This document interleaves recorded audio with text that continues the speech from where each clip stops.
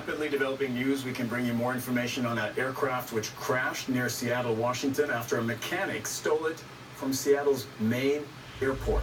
I want to show you the video now that we are getting about a minute or so of footage of the plane. You see it looping. And we're going to keep following this. This is just incredible to watch. So this is the context if you're just joining us. A mechanic stole the plane from Seattle to... You heard the voice there. What's this guy's doing? Well, this was a suicide mission. This is what the Pierce County Sheriff is telling us. This was a suicide mission from a 29-year-old mechanic who stole the plane and did not have the ability to land it, again, according to the sheriff. 2 F-15 fighter jets within minutes were on either side of that plane, and then forced it to land, or at least steered it away from the information we have now from population centers. We are joined by Josh Campbell, CNN law enforcement analyst, and Mary Schiavo, CNN aviation analyst. Mary, we're seeing the F-15s. This is very impressive stuff. Mary, are you seeing what I'm seeing? I am. I'm seeing it on the air. Okay, this is your field. Tell me what you think. Well, to be able to do a maneuver like that, it's obviously not a coordinated loop and turn. I mean, one summer I actually worked the air shows a long time ago. They're hard to do. I mean, you can't just hop in a plane. A beginning pilot or somebody who's just gotten their...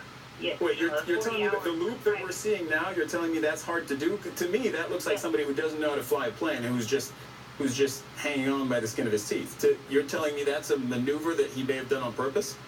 Well, it could be, or it could be somebody who doesn't know how to fly. If he's able to do this, he comes out of it. And the video that I'm seeing is he's able to pull it out and this is daredevil fly stuff. Again.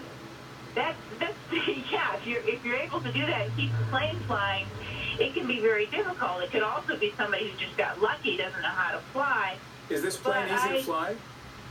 Pardon? Is this plane easy to fly? It's a Q400. Well, I mean, I wouldn't say easy to fly. It's a twin-engine plane. If you've just got a few hours as a private pilot, you start on what's called single-engine land. That's your first rating. And then single engine on a plane without retractable gear. Somebody, obviously a mechanic is already qualified, and to be able to do this and move the plane to the airport, they have to have what's called run and taxi qualified, meaning this person was already qualified to do that at the airport.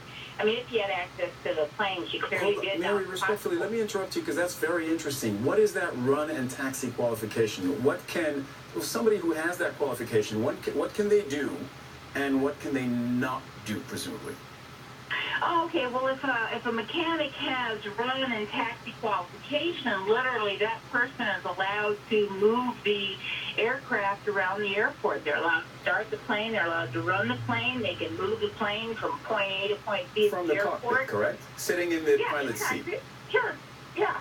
And there have been accidents before where mechanics with this, what you call run and taxi qualified, have had accidents. They've run off the, runways. They haven't flown the plane like this, but they've run off the runways. They've hit jet bridges. They've had incidents where they've hit other planes at the airport. So it's not unusual. In fact, it's a day-to-day occurrence where a mechanic does have this ability, and they're allowed to be cleared by air traffic control. They have to ask ground control and air traffic control for the clearances before they move the plane, just like the pilot would. And so initially, it wouldn't be considered odd for a mechanic to ask for, permission to move the plane or to taxi the plane, because they do that if they're qualified to do that and they have this permission. They do it all the time. It's not odd. Okay, so what's the gap in terms of know-how, in terms of expertise and skill, between being able to taxi the plane and then being able to, at a stretch, in a pinch, just take off? I'm in no way suggesting that a mechanic's skill level is not far from that of a pilot. But I ask this question because, and I think anybody who's taken flying lessons, I took one, will relate to this. If you get in a tiny little two-seater plane that they train you on, you realize that within an hour of training, you are in a position to basically turn the engine on and then pull on the lever, and with enough speed, you get up in the air and you're airborne. So that's my question. How much of a gap is there between the mechanic knowing